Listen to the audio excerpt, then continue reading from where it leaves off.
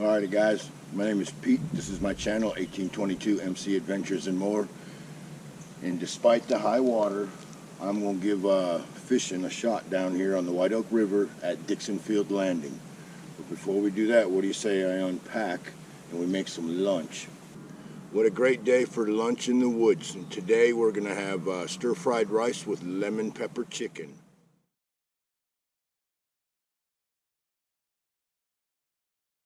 And today I'll be cooking it on my little S-pot stove and a canteen cup. For those of you that follow the channel know that a while back I took a piece of plaster lath and cut it down so I can set it on top of the stove, and then that way I can use a canteen cup and I don't have to worry about it falling off. And this rubber band and this tubing right here, this is aquarium tubing. I just split it down the back so I can put it over the sharp edges, and just seems like a good thing to do. And of course I got a little piece of pie pan in here for to put my heat tab on there, and of course safety first, you don't want to burn the forest down, right? A couple of heat tabs and a little lighter, just enough for a trail lunch. But I have got to remove this thing here. This is on my last nerve right now.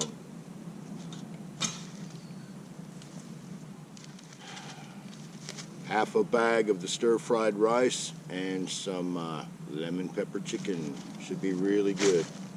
But first things first, we got to get some water brewing for a cup of tea. Now, of course, heat tabs are not my favorite way to cook, but they are convenient. Alrighty, it looks like I'm cooking.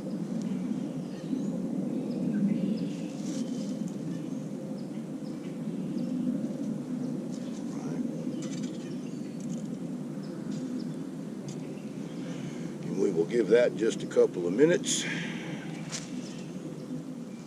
And we'll get this here ready.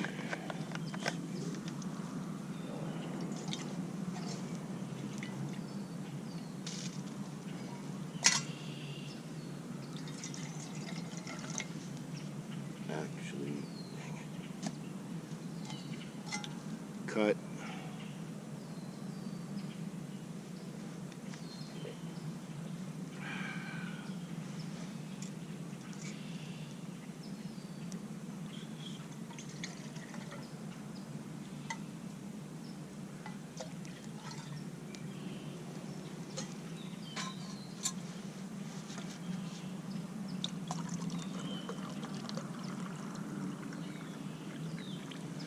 Alrighty, now I got it together. I forgot to measure the water for that so it doesn't end up being soup, because it's supposed to be stir fry.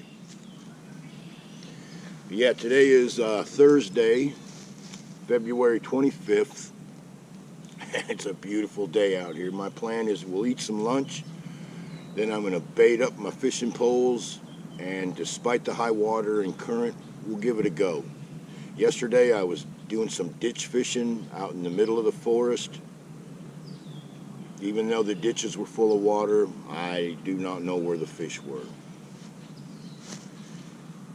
And I did find a shit pile out there, and lo and behold, the shit bird that left it there had left trash there with his name and address and all kinds of good stuff. He had bought 2 brand new guns, and the boxes was out there. The serial numbers were still plain as day with the model number of the guns and all that good stuff. Credit card receipts, military paperwork. Yeah, a real bona fide Carl, I'm sure. The only thing that's really scary to me is to think that the guy is a corporal. He might be in charge of some people, and he ain't got no better sense than to dump garbage out in the woods with his name on it. Just don't know what to think about that. But as you already know, I did a video about that, and I did in fact call the Sheriff's Department, Carteret County and Craven County, and I got up with the game warden, and Now it's up to them to do whatever they think is right. My understanding, at the bare minimum, he's going to get his ass chewed by the game warden. And then whatever's left of the ass to chew, I'm sure his command will chew his ass. And then he's going to go out there and he's going to fucking clean that shit up. And then some. Or, if he's not in good graces with his command, he faces very serious trouble.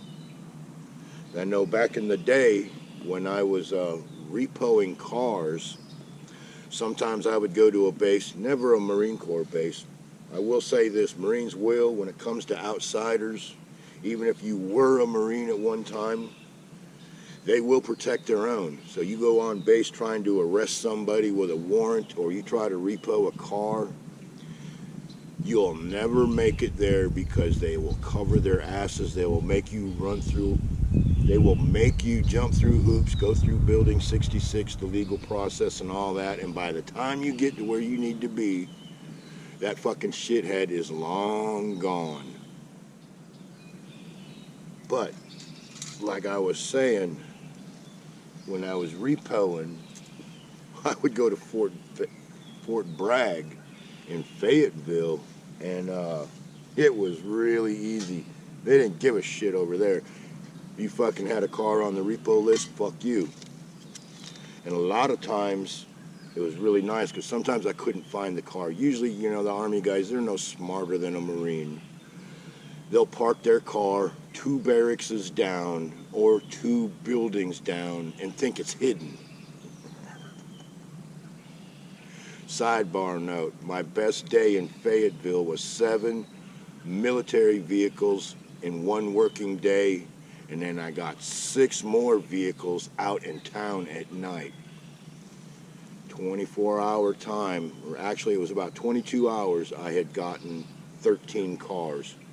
My boss was pissed.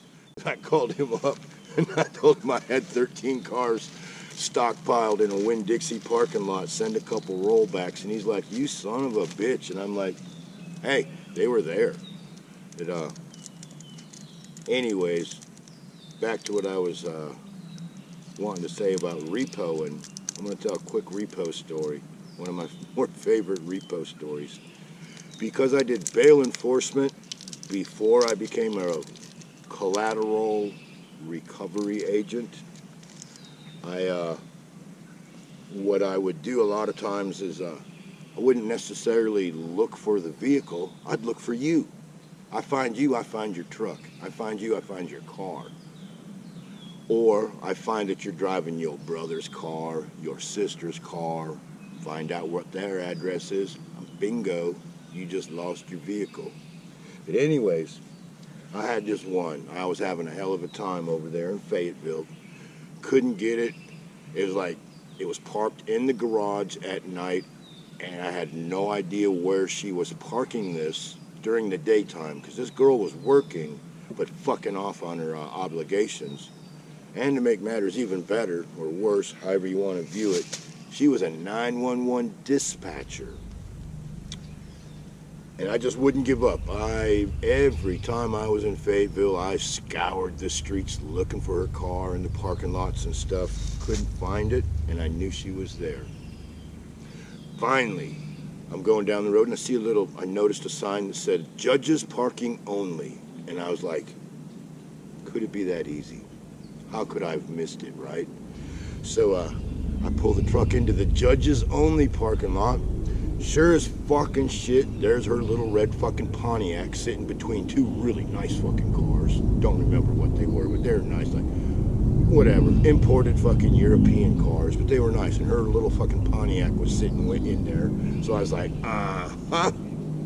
So I fucking back the truck around and I hook her little fucking car up and I drag it on out of the Judge's fucking parking lot. And I don't know how Fayetteville is these days, but in the olden days, the police station was downtown, and it was like a cobblestone street, and there was like big buildings on either side. And so I get her fucking car on the hook, and I'm going down whatever that street is, Main Street, Downtown Street, whatever, I'm sorry, I don't remember, but it was downtown Fayetteville, and I'm driving right by the police department. And back then, when I was repoing, it was standard procedure that as soon as you got one on the hook and down the street and you were safe to make a phone call, you would call up the local 911 dispatcher and tell them that, you know, I would say, you know, this is Pete and I'm from Blackfoot Enterprises and I've just repoed this model car, blah, blah, blah, blah, blah. Here's the VIN number, na, na, na, na, na. And they'd say, okay, that way, in case some chucklehead calls the car in stolen, you're not going to be harassed on the side of the road, even though you have the paperwork. Of course, I have a story about repoing one without the paperwork. That was, that's another lunch video. But so I get this girl's car on the hook and I'm dragging it down the freaking cobblestone street, and I call up and I tell her who I am. And I said, I'd like to report a repossession. And she said, okay, and whose would that be? And I started chuckling and I said, yours. And I hung up the phone. I was so happy. It took me a month to find that girl's car. And oh, was she pissed. She was, I guess she was in the process of trying to straighten things out, but fuck you, you were like 6 months behind. And it wasn't really personal until it took about 30 days. It was supposed to have only been about 250 bucks. Nothing more, nothing less, nothing personal. Put it on the hook, I make $250. Sorry about your fucking hard luck. Should have paid your bills. But oh, she was mad. She immediately fucking called up my boss, raising fucking hell and shit. And he's like, hey, my guy's good. He will fucking find you eventually. And I guess she ended up getting the car back. But for putting me out and making me look for something I shouldn't have had to look, I made her jump through hoops. And of course, she had a bunch of shit in the car because she didn't think it was going to get repoed. So I had to fucking bag and tag all her fucking horse shit and inventory, every little thing, down to the fucking paper clips laying on the floor, because she was a 911 dispatcher and I knew I had to be careful with her ass. But fuck you, bitch, I got your fucking car. All right, let's stir this up a little bit.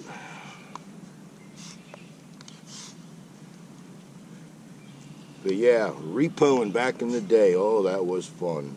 I would basically look for military vehicles in the daytime, and then I'd take a little nap, and then I'd go out on the streets looking for vehicles. And, you know, it's just like fishing. Sometimes you don't get nothing, and sometimes you catch them all. But normally, on average, I could get one car a night. Sometimes I got lucky and I would get 2 or 3. But like I said, my record was 13 in one night. And that was a very nice payday. Very nice payday. But you have no idea how good I felt to tell that bitch over the phone that I had just repossessed a car. And then when she asked me for the information on it, I'm like, yours. Because, like I said, she had been ducking and dodging for about 6 months. And, you know, to the lender, that's a big deal. It's like you out there riding around in somebody's car that ain't paid for. Most of the time, it ain't got insurance on it. And, you know, they're usually on a huge downhill slide. Now, this lady was almost an exception. She just knew how to manipulate the system because she was a 911 dispatcher, and she thought that she had that thin blue line and the judges to protect her dumbass. Well, fuck you, Mr. fucking Renegade Repo Man, because back then they called me Renegade. I know, there was a show called Renegade. Well, I'm not him. But somehow I got stuck with the name Renegade, and I wore it with pride. And if Renegade from Blackfoot Enterprises had your paperwork, unless you wrecked the car and it was in a junkyard, I would find it. And if you went out of state, Well, it was no big deal. If I located it, I didn't necessarily have to go get it. It would just be dispatched to a repo guy in that state, and I'd get some credit for finding it. And but yeah, that was fun. It was a lot easier than bail enforcement because you always had the chance of your fugitive or skip fighting back. Very rarely happened. You're sneaky enough, it doesn't happen. Hit the guy from the side when he's not looking and when he least expects it. You know, if you're standing there a free man 1 second and the next second you got a 357 Magnum in your ear, you're not going to do anything except say, yes, sir, no, sir. What can I do to make you not shoot me, sir? It's pretty much how it used to go. But, yeah, repoing cars, just find the cars. I mean, there was a couple of times when people were literally chasing me down the road. But once I had that son of a bitch on the hook, unless you can outrun a 350 Chevy, you weren't getting shit, I can assure you that. And another quick story, it just popped into my head as long as I have Fayetteville on the brain. There was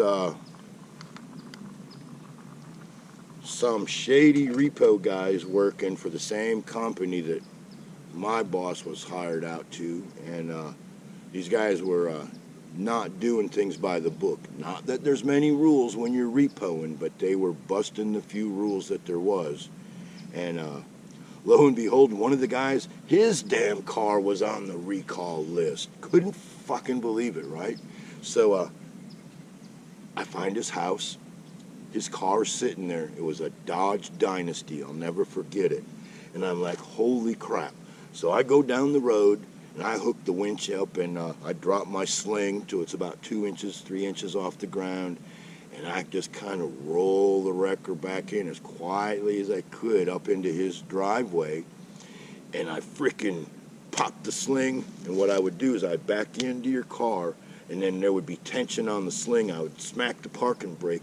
I would jump out. I would jump over the hood. I would take a chain and hook it to your frickin' A-arm, jump back over the hood, hook the other fucking one to your A-arm, latch the chains, make sure they were tight, and I would fucking hit the winch, drag your tires up off the ground about 4 inches, jump back in the truck, and get down the road because I had to get off your property immediately.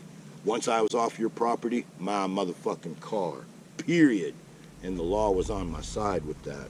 So I get this guy's car, and I got it on the hook, and I'm jumping back in the truck, and as soon as I'm like getting the door closed, he's coming out the door of his trailer. I had the window rolled down. I looked back at him, laughed. I flipped him a fucking bird and took off. And I got down the road, and he didn't want what was in his truck back. I was very surprised. Because anyone else, it would have been thievery tools, but he had a full set of lockout tools and Slim Jims and all kinds of freaking shit that is very nice stuff to have when you're a repo man. But yeah, I repoed a repo man's car and a 911 dispatcher. I mean, I think that's pretty badass. Alrighty, this stuff looks like it's just about cooked. I am going to put the chicken in here. So we got stir-fried rice with some lemon pepper flavored chicken.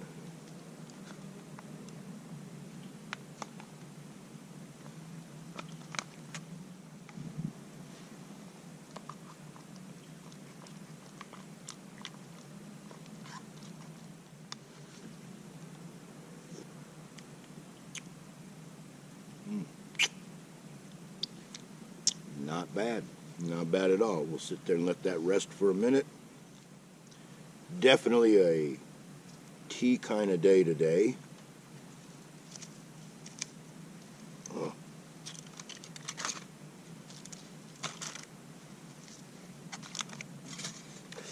Yikes. I'm so glad that handle wasn't blistering hot.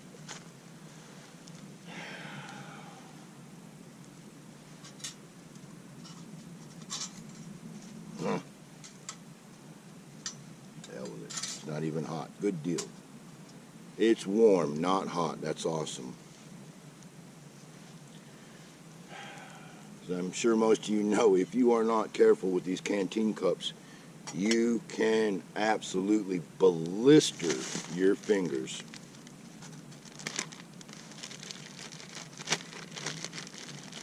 And for some reason, these old jars just don't seem to seal like they used to. I don't know why this thing leaks a little bit. It's brand new.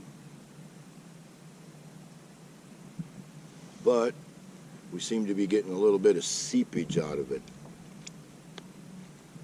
Hence the plastic bag I keep it in. I really like those little honey sticks I was using, but a lot of impact. This comes and goes with me. And I'll reuse that bottle because I'll have a big bottle of honey at the house, and I'll just keep filling up that little one.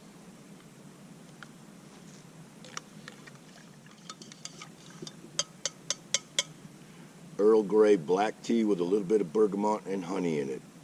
Good stuff.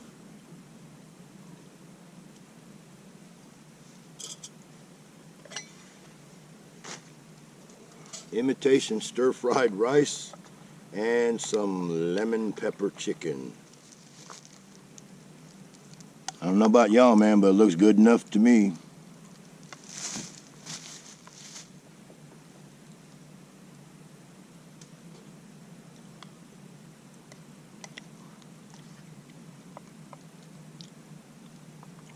Not bad. Not bad at all. I'm going to sit here and eat this. And when I turn the camera back on, we will get the poles ready and see if we can't catch a fish.